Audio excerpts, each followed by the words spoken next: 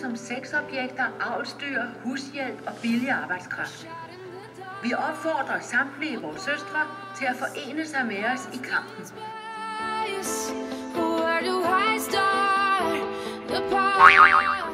De danske rødstrømper langer ud til både højre og venstre. De er vrede på mandschauvinister i alle partier, inklusive deres mænd og kærester på venstrefløjen. Furier eller ej. I en kronik i Venstrefløjens avis Information forklarer rødstrømperne, at de er trætte af at lave te til revolutionen og af at leve under det gamle kønsrollemønster, som det fortsætter ikke bare hos de ældre og konservative, men også hos de frelste venstreorienterede, hippierne og paneldrengene.